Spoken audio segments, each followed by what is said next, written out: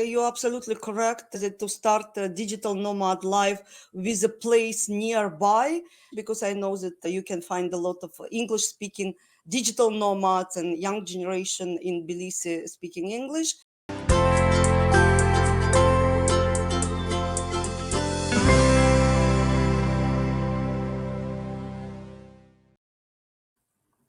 Hello, hello. It's me, Emily Braun, and today, as promised, I have pleasure to have two guests that I was looking forward for a long time to have interview with. It's Nikita Solovyov, CEO of Vertigo Marketing Services, and Polina Fogel, which is working with Nikita for the same company, and she's responsible for research and development. Correct? Absolutely, Emily. Okay. And I am look forward to learn more, a little bit more about you. And I believe it will be interesting for our guests as well. Your personal story in short. And we will start from Polina. I think maybe Nikita should start.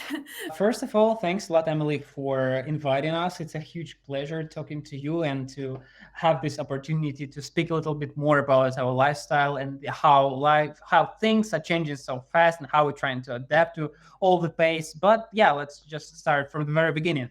Basically, I was born and raised in Ukraine, in the beautiful south city of Kherson, which is basically was occupied during the Russian invasion in the beginning of 2022.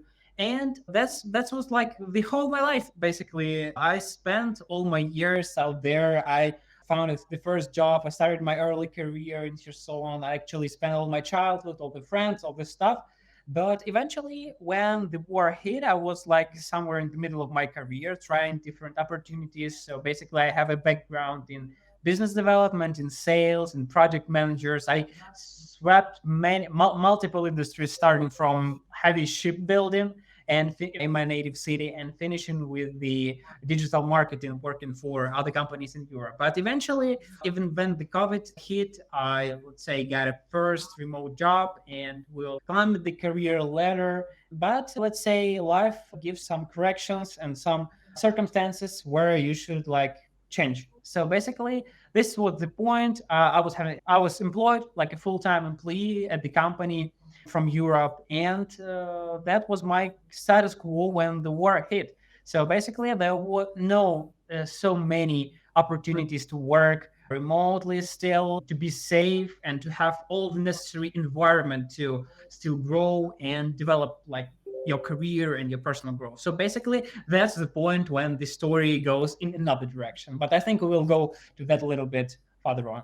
Yeah, my story almost the same with Nikita from the time we met with him. But before we met, I was living in Lugansk, and unfortunately, Russia occupied the city I lived in 2014, and my family decided to move to Kherson.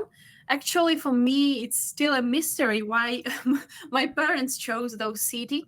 Probably just because they have some friends there who could help them to navigate in a new city. And now, when I'm moving from different countries to countries, I understand how important it is to have at least somebody, at least one person at a new place who will help you the challenges of a new place.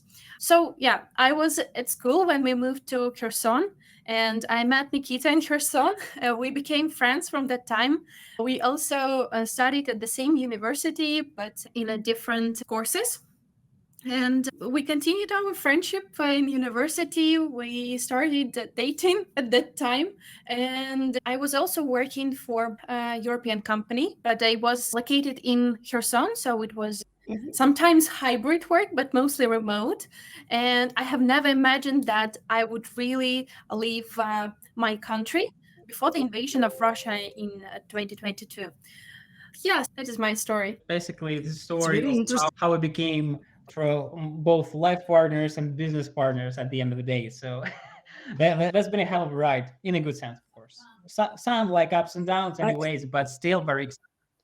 I'm just wondering how it was easy or possible for you to find work with international companies being in Kherson, because I didn't know that it was possible. And you mentioned even that there were some international companies in Kherson. I can Yes. answer this question. Okay, for both me and Nikita, it's similar situation. So it's different companies.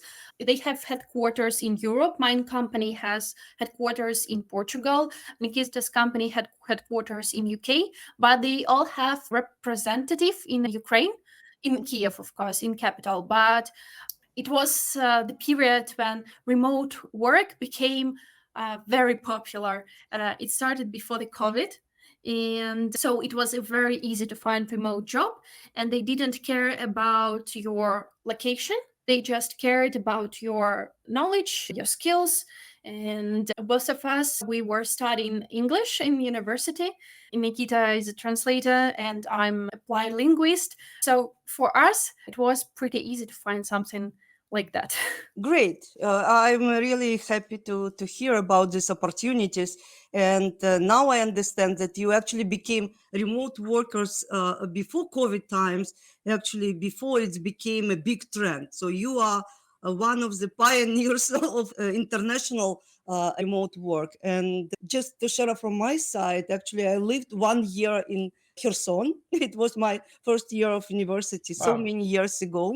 Yeah, so I remember this city when I didn't visit it for a long time. And really warm memories I have from my 1 year life in Kherson. But let's move to your life. And I understand that the war, which started in February, really changed course of life of many people.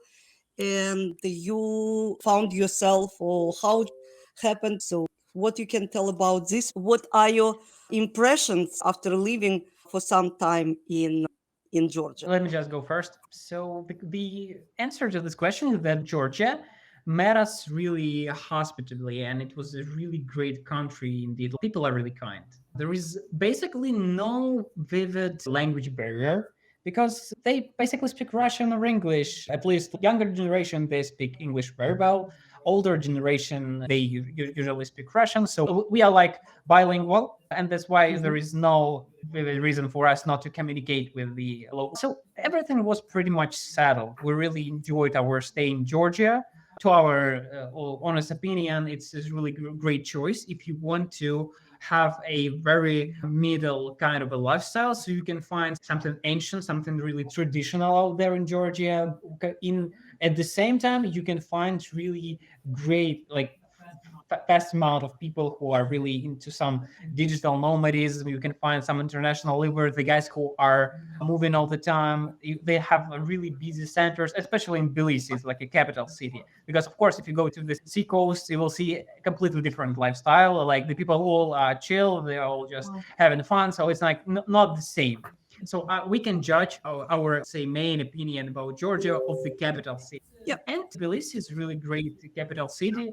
For our personal opinion, we can compare that to Kiev, which we visited many times in Ukraine. It's different. It's still different, maybe a little bit poorer still, but nevertheless, it's really great. Tbilisi, for example. So they have poor areas where you can rent a cheaper flat, and also you have a couple of really great and really fashionable districts where you can be more like with the higher public. Yeah, definitely the city is very diverse, and the country is too. So that's why it was really comfortable. No like contradictions in that. And in fact, at first we didn't want to stop in Georgia. It wasn't our plan. We planned to go further somewhere in Europe because most of our friends, acquaintances, they were in Europe, and we thought that it will be easier there. And yeah, so we saw our somewhere in Europe. But the plans of our life, they probably was different from our plans. We were also escaping Kherson with my younger brother, and he was 14 years old at that time. And for us it was a big problem because of documents. We couldn't just leave Georgia and go somewhere in Europe. It was challenging. The only way was to return back to Ukraine from Georgia. It was possible, but it was no sense at that time to return back to Ukraine. The war just started, and we just thought that it's better to stay some time here in Georgia And now I think that it was amazing that we had this opportunity to stay in Georgia for a longer time. We lived there almost for a year, and we tested the life of digital nomads in Georgia on the full. So my brother, he started in school in Georgia. We navigated different things like hospitals and everything. We had many problems and we solved them in this country. And I think that now everything was great in Georgia. Interesting, and I think you're absolutely correct that to start a digital nomad life with a place nearby where you can find people speaking the same language now, Russian and English, because I know that you can find a lot of English speaking digital nomads and young generation in Tbilisi speaking English. It's a good life exercise, actually opportunity to learn how might be in a new place. But despite all this experience, you moved to Bulgaria. Why Bulgaria? And how is Bulgaria for you versus Georgia? I think there were three main aspects why we moved to Bulgaria from Georgia. The first one is cost of living. Tbilisi became extremely expensive when the war in Ukraine started because lots of Ukrainians from occupied south regions, they escaped to Georgia. Also, many Russians escaped Russia who doesn't support their government. And all of these increased prices in Georgia. So before war, you could find some one-bedroom apartment in the central neighborhood of Georgia in Tbilisi for $250, $300. And when the war started, and when we arrived in Tbilisi, the apartments were around $500, $600, of course, more. They just start from this price range. And I think we were also lucky before we arrived just before the prices grow even more. And we found a good apartment in the central neighborhood before the prices rise. But still, we could feel that prices are growing for food, for everything there. The second aspect that made us move from Georgia is geographical location. So Ukraine doesn't have air flights now. The air is closed. That means that we can come back to Ukraine only through buses, railways, and so on. So no air connection. And from Tbilisi, it is very difficult to come back to Ukraine. You can only do that through Russia, which of course we doesn't want to experience again, and only through Turkey, through Bulgaria, or flight from Georgia to some nearby countries from the western part of Ukraine, and then return back to Ukraine. If we want to see our reality or to solve some problems that we have in Ukraine, it's really difficult to come back to Ukraine. And also that the next aspect which made us move is our parents, because the rest of our family, they moved to Bulgaria. They moved to Bulgaria because they already knew Bulgaria before. They visited Bulgaria 4 times in a row every summer.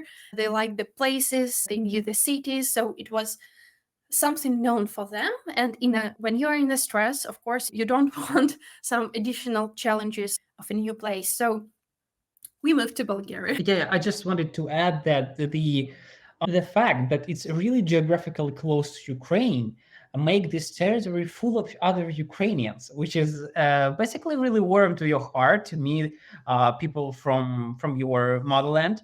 And it's easier to communicate. It's easier to gather a community around yourself. Like, even if you don't arrange any community, you can just find a lot of people to reach out in case you have any problems, questions. Maybe some other guys, they come across the question and they manage to solve the problem, and you can just ask for advice. Like, a bigger amount of people who may tackle the same problem as you are experiencing right now. So that's another reason why, like, our family moved out there. So basically, we want to have some people who could just like form a small tight community for us, because family is a community anyways. You can just find a community like of professionals who share the same professional interests with you. You can find people who have the same passions, like hobbies, with you. But family is also like an original community that you might have from the very beginning. So that's easier to handle the problems where you all together. At least you're not living all together in the same apartment, but at least you live in the cities which are real nearby.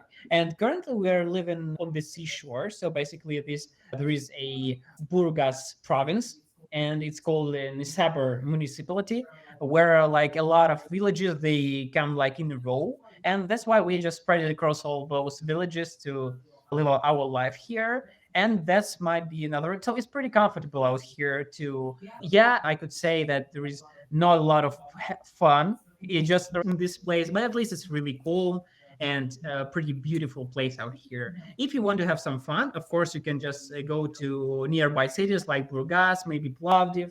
And if you want to have even more fun or some, I don't know, business vibes, you could just go to Sofia, which is a capital, like 6 hours in train. It's not that easy, but still the opportunities are here. Great. I like your outlook to the life, and I understand that you found a lot of actually business opportunities in Golden Sand area. I understand it's a Golden Sands of Bulgaria you're living between Varna and Burgas. And I know that many people from Eastern Europe, and not only Eastern, even Western, actually selecting this area to live for retirement. And lately there is influx of Ukrainian refugees, and you just proved how important to have expat community around, because at the beginning of life in every new place you mentioned Tbilisi and now Bulgaria, it's important to have people with similar language and with similar mentality, going through the same issues, maybe ahead of you, but who can advise you in the first months of accommodation. I understand that you're happy at this place. And now the next question, what brought you to the idea of opening Vertigo marketing services company? I understand that you had working before, but at what point you created your own company? That's a really easy question, to be honest, because when you come to a point in your life where everything changed drastically, like maybe 180 degrees, you start to think about your personal values, about where you want to be in this life and where you move at the end of the day. And I think that how we come up with that idea. So basically, we're full-time employees before war started, and then just imagine the situation when you have this like a peaceful life in one place, and you like make some plans, you have something like a vision for your life, you plan to be somewhere, and then it all like stops at some point, and there is no, this vision is not the same. Basically, there is no vision that you had before. And then you come to Georgia, for example, or any other country, and you are now in new circumstances. You are surrounded by new people, new level of life, new prices. Like everything is completely new to you. And you have to build this strategy and vision from scratch. And Vertigo agency that we founded with Polina was just a really organical way of adapting to new circumstances, to new environment that we started to live in, because the prices went up, like the world start to, I don't know, merge into a deep crisis, inflation, and so on and so forth.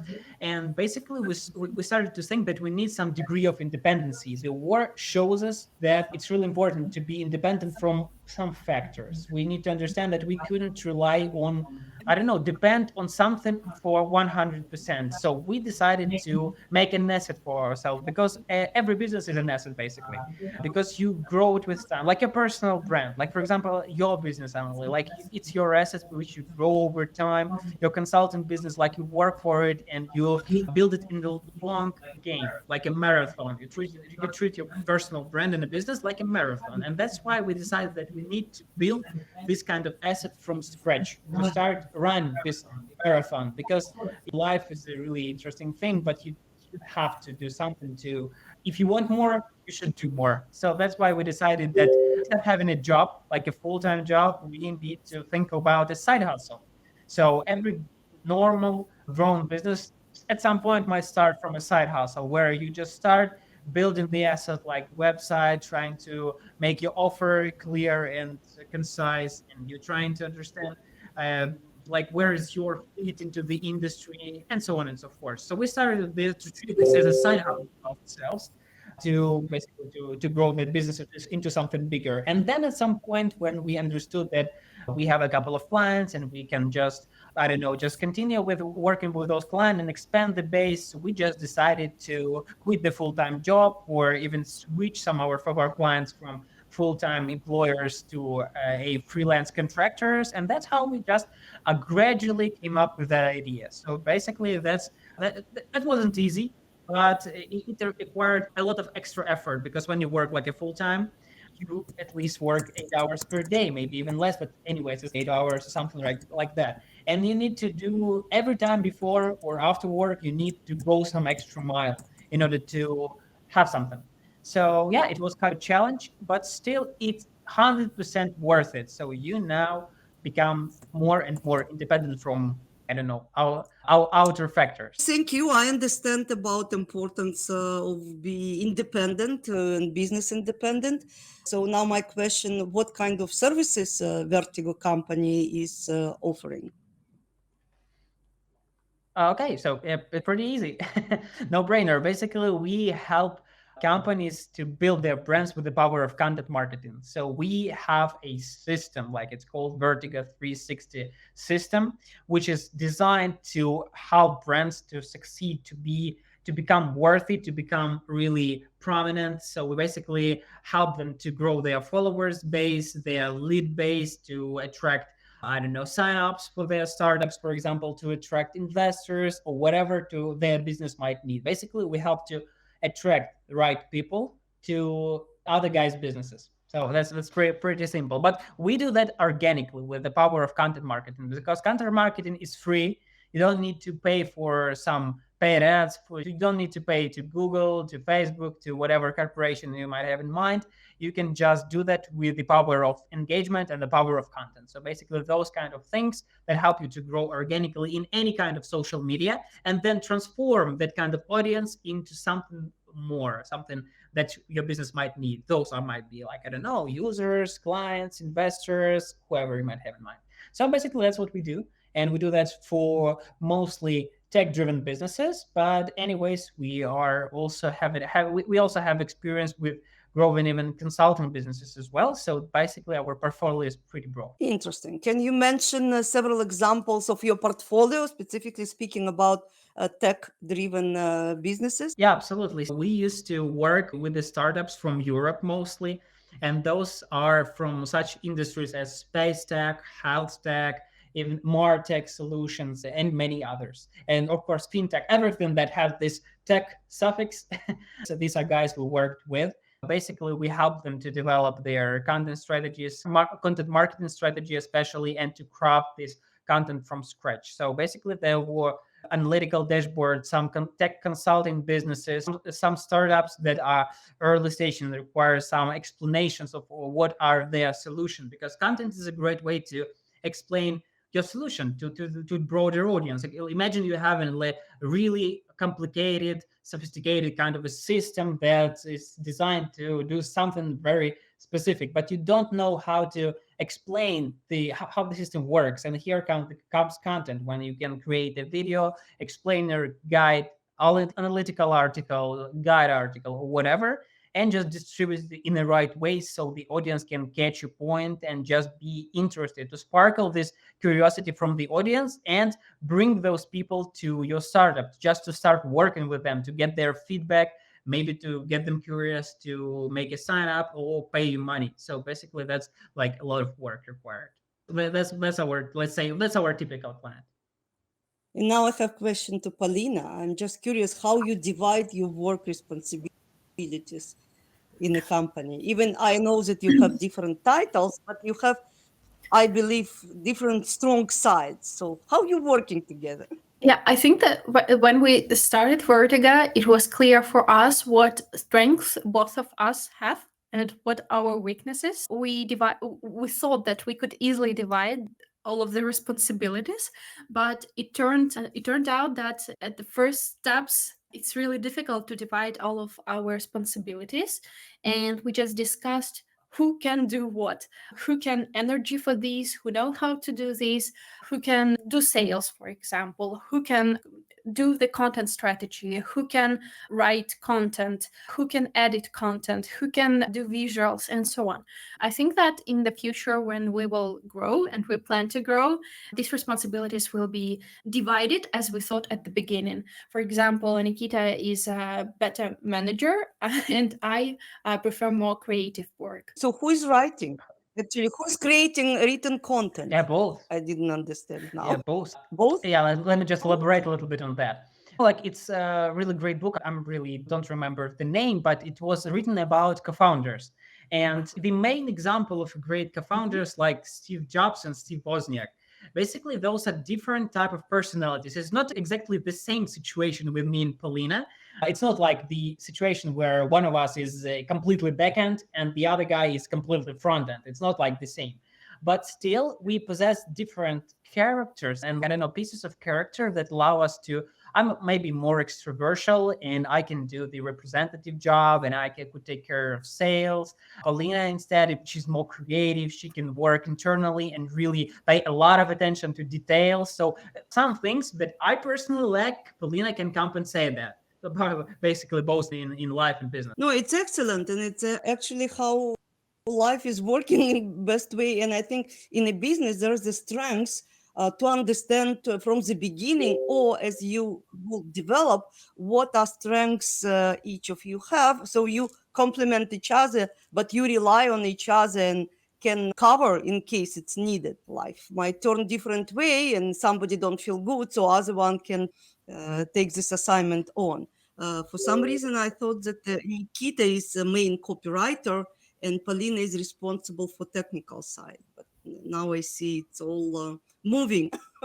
No, like, it's different. It depends on the context and the task. It maybe we have different like knowledge because we have different background, and that's why different content pieces and different content types we create in different ways. Maybe I'm better at some kind of an analytical article at some point of time, and Polina can do some creative, more like sophisticated writing at some point. But we could interchange each other. So since we are running a content marketing agency, we are both good content makers by default. And our responsibilities is more like managing business, not like executing. Because executing, we like in tandem. We basically do that both. So we both can create, edit, make a copy, and make visual, whatever. But when we're talking about managing business, so something like administrative stuff, sales, operations, that's where we divide, because it requires different types of, I don't know, mindset and character, personality, whatever. We have disagreements sometimes on the work, how to write and what is important to outline. I don't know, No. Nikita, do we have some disagreements sometimes? Maybe. When we have in some kind of disagreements, we just trying to keep it really logical, because when it's like about taste, we can do a compromise. When it's like about the visual gathering, or I don't know, maybe a reference or a style or whatever, we might just think about, I don't know, maybe to go for a compromise. Maybe someone is really insisting really badly, so the other guy can just step aside. But if we are speaking about facts and data and objective truth, I think we should go for an analysis. And when analysis shows a result, we both agree on that without any arguing. So I think it's really organic. That's why we specialize in organic growth, because we are both like organical in this kind of activity. Lina, anything to add? No, I just wanted to add that it's also great that I think it's a must to have co-founders rather than one founder, because sometimes when you are doing your business and it's not that big at first, and sometimes you make some mistakes or you just don't get the results you expected, it's difficult emotionally, psychologically to continue doing what you are doing, even if you understand that you just need a little bit more time and it will work. You just need to test your idea a little bit more. So when you are alone, sometimes your emotions, they can influence on you, and you start thinking, oh no, maybe I'm not doing it right, maybe I should stop it, maybe it wasn't the right decision. But when there are two of you, usually how it works, when I have got this emotional downside, Nikita support us. When he has this emotional downside, I support us, and we find some positive things that help us to continue our journey. By the way, it's a really good practice, a really wholesome stuff, even when you don't have a co-founder. It's accountability partner. So basically, it might be your mentor, it might be your friend, your relative, or whoever you might have in mind, or the person with the necessary background that can just give you a either a bird's eye view or just a third party view, just to say that you're doing everything right, you just need more time, you just need more consistency, or maybe you're not doing something right and you just a pivot at some point. So basically, that's one of those like main core advices that we would give to any person who is running business or planning to do a business: an accountability partner. Maybe even not a mentor, because mentor is something really high level and maybe pricey at some point. I don't know, but still, accountability is really important here. When to hear something back from other people, to receive some constructive feedback, or even just a word of support, it's really important to keep you moving. Because if you want to treat that like a marathon, as I mentioned before, you need to have an accountability partner. Thanks for your insights. I'm just wondering, we spoke a lot about work and your business in Bulgaria, but how you spend time? And I believe you have free time over there. Can you share with us? Sure, we can share. Unfortunately, summer is over, and during the summer, there are lots of things to do here because it's a seashore. There are many beautiful beaches and other natural destinations that we can visit, mountains, everything. Of course, now the weather became colder and more rainy, and it's difficult to spend lots of time at the fresh air. But I think the big part of our life is sport. We both like sports. Nikita goes to the gym where he also has some community. And I also go to the gym, but I also visit dance studios. Our free time, we like to spend actively. Or, of course, with our family. Our family is a big part of our life. I think the most important part of our life. That is why we're in Bulgaria, to be close to them. And we usually spend time all together, visiting different places or just relaxing, something like that. Nikita, maybe you would like to add something. Yeah, sure. Bulgaria is pretty diverse, and except just working and doing some of our hobbies, we also can go hiking out here, or even in when the weather got colder, because there are plenty of different places in Bulgaria that you can visit, especially on the seashore line. So basically, this line that you mentioned, like this golden sand line, both near sea and on the, I don't know, terrain side, you can go to some castles, you can go to some, I don't know, maybe some beautiful constructions, or you can visit some natural places, I don't know, some seaside places or something like that. Also, you can go something to the north. We also visited Sofia, and we've been to the mountains out there, because like even the weather is pretty different where we are Mhm. now and in Sofia. It's really cold out there. Like the Yeah. guys were wearing jackets even in September, while we were wearing tank tops at the same time. So basically, it's really diverse. So yeah, there is plenty of natural opportunities to say explore in Bulgaria. The food is pretty good for us because it's really similar. Balkan cuisine is some kind of similar to Ukraine. That's why we didn't have to change or adjust our taste to that. Because like when you come to an absolutely different country and you're trying to try new food and you try to adapt your daily radio to that kind of food, you might get some problems with that. But here we experience no problem at all, because they all eat meat, vegetables, I don't know, some pretty simple but very tasty food. So we don't experience problems with that either. And yeah, definitely it's a really good place to stay. So you can just visit some events that made your people from Ukraine too, because they also arrange some events in bigger cities, even in our villages now. Yeah, basically we're having pretty much fun out here. Anyways, we do a lot of work, because if it wouldn't work, we would spend some more spectacular and funny place to be. But I think this place matches our lifestyle perfectly, because we spend a lot of time working, and so we don't have that much time to just go around and spend all the time to explore things. So this is a perfect combination where when we have some free time, we can explore something, but otherwise we just still have this work and life balance lifestyle, and this plays just perfectly matches our needs at this point of time, at least. So excellent, excellent explanation. And you are lucky one having your family nearby, and I understand it's very important. And having a community of expats, or refugees from Ukraine in your case, because many digital nomads and even refugee complain about feeling of loneliness. Really, to be a new country without a circle of family, friends, or people, like-minded people, it's not so easy. And Bulgaria is working for you now. I don't know about your condition and actually how long you can live in Bulgaria, but I'm wondering, are you looking for new opportunities, like to move maybe to the next country? Like what we can expect from you in the next year or two? Of course, we are thinking about other places where we can stay or live longer. We also don't know how long we can stay in Bulgaria because, of course, right now, until the war will end in Ukraine, of course, I think refugees could stay in Bulgaria. But what will be then, we don't know. There are several options how we can stay in Bulgaria after the war in Ukraine will end. We can get our permanent residence, but of course it's difficult process and we should start thinking about it, I think, right now. We hope that the war will end very soon and we will start preparing all the things to stay longer in Bulgaria.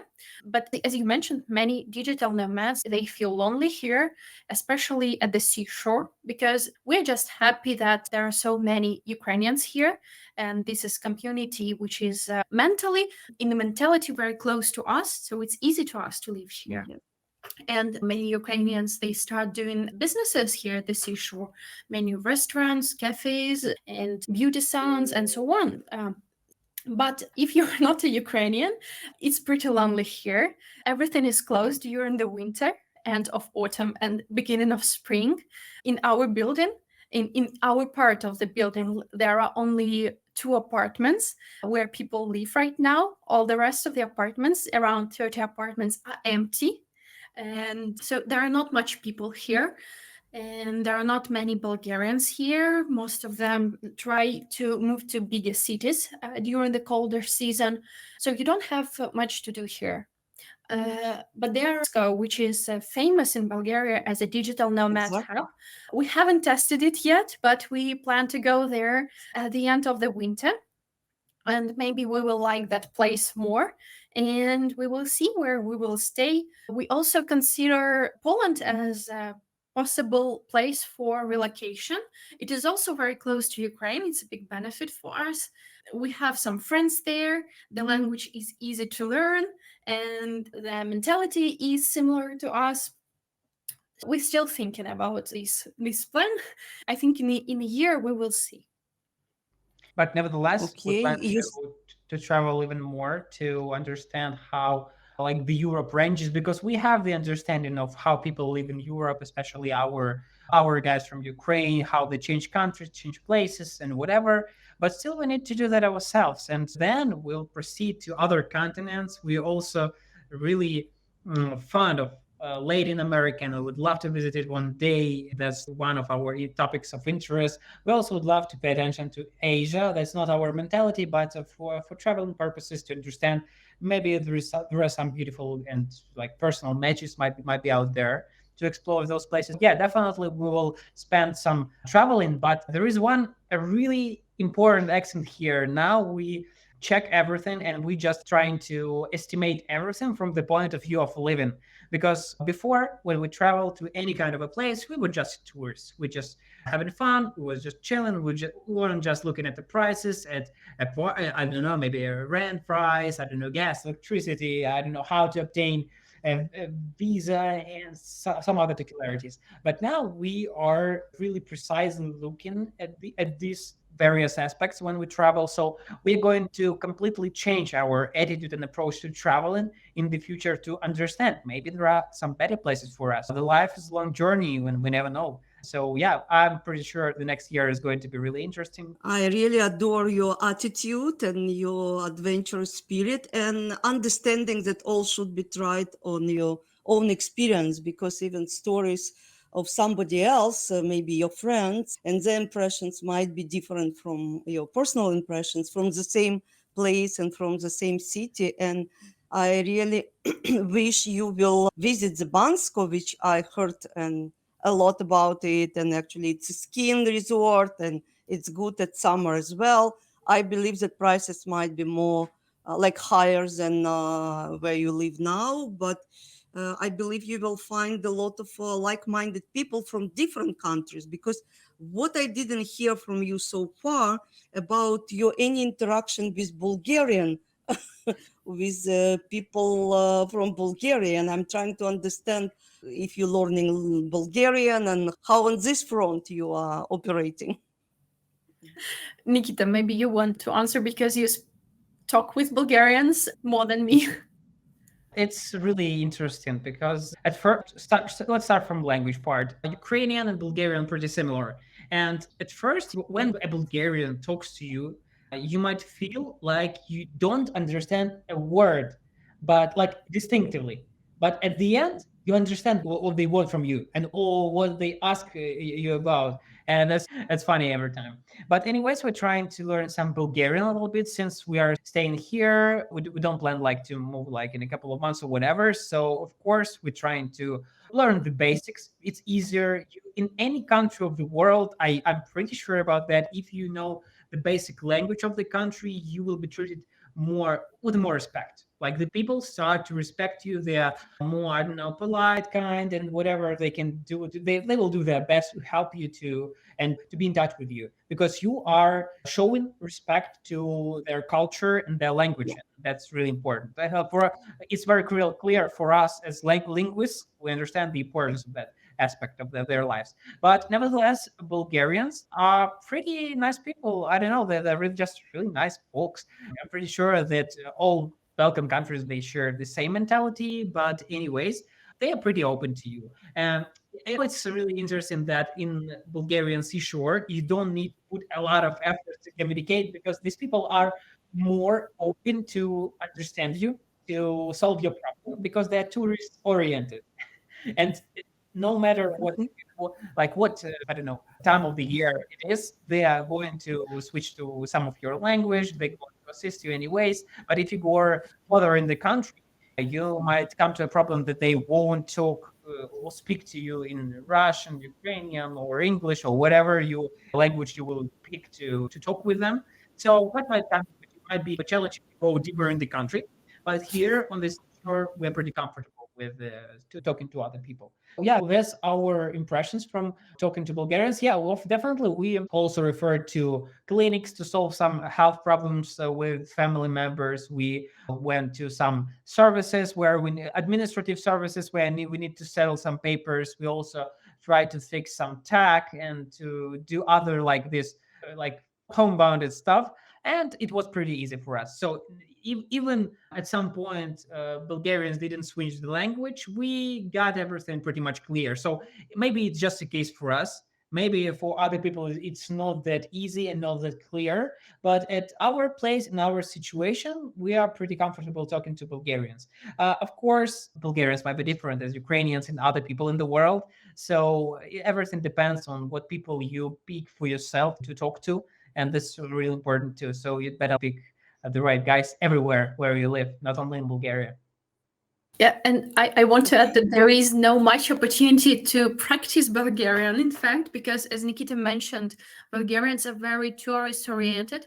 And during the summer in the restaurants, all the signs, all menus you can read in four languages: Bulgarian, Russian, English, and usually German, because many Germans come here and spend their retirement here. When they understand that I don't speak Bulgarian, they switch to Russian and start to speak to me in Russian, even if I try to say something in Bulgarian. So they're very welcoming. Yeah, they were welcoming. I think that people in Georgia were very hospitable, and Bulgarians are also very hospitable and friendly.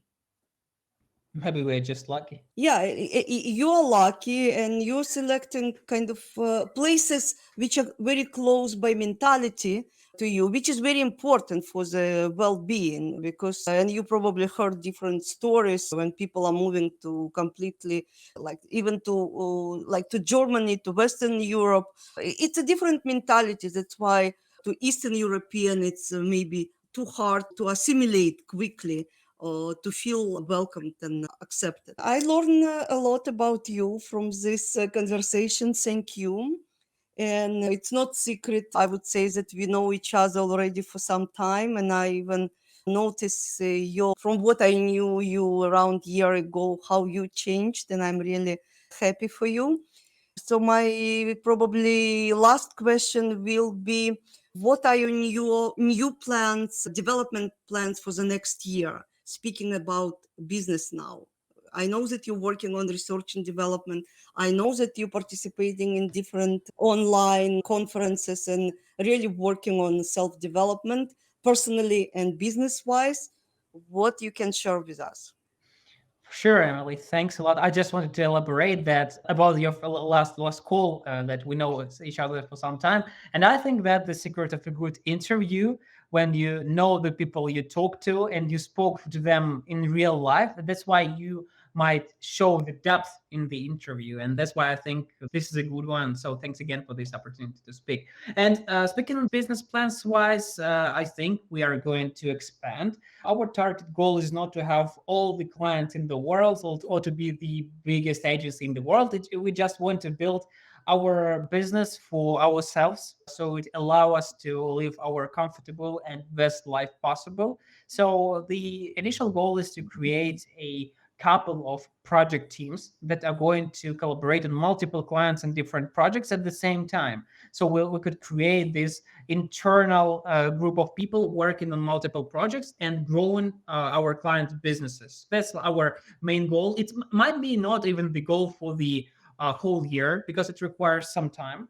But speaking about business side, yeah, definitely we're going to participate in real life workshops and events and conferences, because we understand the importance of that. We all go in remote, we all go in hybrid or whatever, but we need to shake hands in real life. We need to go to conferences, we need to meet people and to establish personal relations. So that's our plan for the next year, to attend some in-person events, which is really important. In our case, since we work remotely, we don't want to be some kind of wild animals out here. So definitely, yeah, we should elaborate on that too. Yeah, and that's maybe it. Of course, we'll double down our effort on sales and cold outreach for to generate more clients, eventually to generate more revenue and to hire more people. So that's pretty simple. We will double down on that.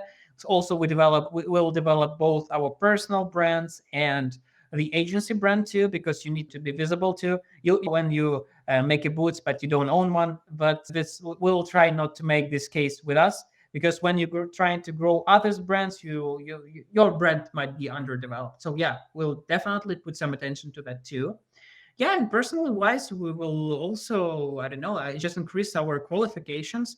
I personally currently engaged into a computer science course from Harvard, CS50, which is really exciting for me, because I felt like this gap at some point of time, a knowledge gap, since I work with the tech-driven businesses, and it's important for me to understand the same language we are talking on. So yeah, we are creative guys. We create content, of course. It's pretty clear, but we need to be on the same page with the founders, with the technical teams, to understand their goals and what they have in mind out here, because we think in a different way. Like with me and Polina, we are both humanitarians, so we're trying to keep our technical qualifications on the good level as well. So that's another kind of a plan for my personal opinion. Maybe I just Polina will elaborate on her personal plans and some of our common business plans altogether.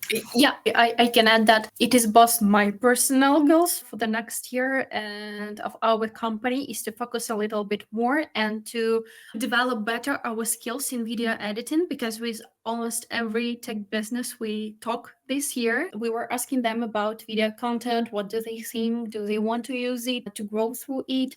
And almost everyone was interested in it, but nobody knew how to start, what to do. Like video editing, video content for many businesses, it's something unknown. They just carry off it, but it's a big gap which we can close in the next year. Okay, I wish you to learn also in podcasting direction, because it's what I'm interested in right now and what I'm learning myself. And I know that it's somehow overlap with video editing, video productions that you are planning to learn. It's all going hand in hand. And with new tools which are developing as we speak, it became less time consuming from technical side, but still need creative part of planning and content vision of how to do it. And I'm really happy that you're going to this direction that I'm thinking about right now, and really wish you success in next years, because I believe in you and I feel that you are people who are walking your talk and you are really growing yearly. Please let us know, and I will share with you this recording as well, how people or companies can connect with Vertigo marketing services and with you personally if needed. Of course, Emily, thanks a lot again for your kind words and the words of appreciation and support. We really appreciate this opportunity to speak, to give a go to our personal stories and our business story. Yeah, basically, all people could just drop us DMs on LinkedIn. It's open, it's always welcome. And of course, you can just visit vertigoagency.com to book a call with us or to talk either business or just casually to get acquainted. We are open networkers, so all opportunities are more than welcomed. Okay, thank you very much. And today I was speaking with my dear guests Nikita Solovyov and Polina Fogel from Vertigo Marketing Services. Thank you and see you soon. Thank you very much, Emily, for inviting us. Cheers. Thank you.